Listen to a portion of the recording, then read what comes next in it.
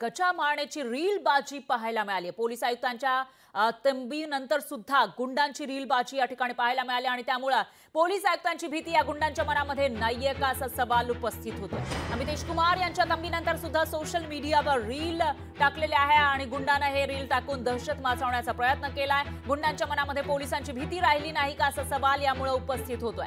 गजा मारण्याचे सोशल मीडियावर रील पाहायला मिळत आहे। सोशल मीडियावर रील टाकून दहशत माजवण्याचा प्रयत्न कुख्यात गुंड गजा मारण्याकडून सुरू आहे। मात्र पोलीस नेमकं काय करतायत असा सवाल या ठिकाणी उपस्थित होतोय। तर पोलीस आयुक्त पुण्याचे अमितेश कुमार यांनी बराच वेळेला गुंडांची हजेरी घेतलेली होती। त्यांना या ठिकाणी बोलावून त्यांची क्लास घेतल्याचं पाहायला मिळालं होतं। मात्र त्याचा काहीही फायदा होताना दिसत नाहीये, कारण गुंडांच्या मनामध्ये पोलिसांची भीती राहिली की नाही असा सवाल उपस्थित होतोय। तर या विषयात अधिक माहितीसाठी आपले प्रतिनिधी चंद्रशेखर भांगे आपल्यासोबत थेट जोडले गेले आहेत। चंद्रशेखर, काय सांगाल? एकीकडे पोलीस आयुक्त हे गुंडांवर वचक बसवण्यासाठी प्रयत्न करताना दिसून येत आहेत, त्यांचे क्लास घेत आहेत, मात्र याचा काहीही परिणाम आपल्याला दिसत नाहीये, कारण गुंड रीलबाजी करतायत, सोशल मीडियावर दहशत माजवण्याचा प्रयत्न करतायत। काय अपडेट्स? खरं तर पुण्याचे जे पोलीस आयुक्त आहेत अमितेश कुमार यांनी पदभार स्वीकारल्यानंतर पोलीस आयुक्त कार्यालयाच्या पटांगणामध्ये या सगळ्या गुंडांची हजेरी घेतली होती, त्यांची ओळख परेड घेतली होती। तरी सुद्धा गजा मारणे जो आहे तो अनेक जे रील्स आहेत त्याचे सध्या सोशल माध्यमावरती व्हायरल होत आहेत।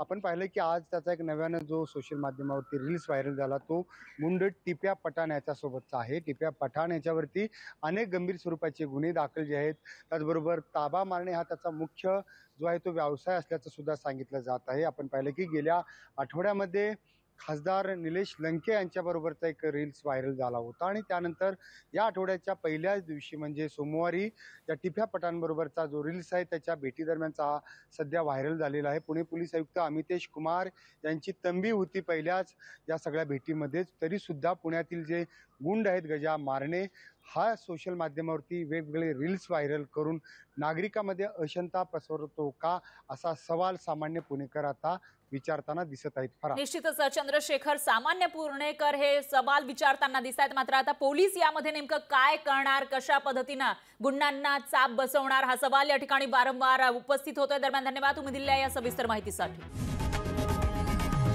लोकशाही मराठी ऐका, पहा, जागरूक रहा।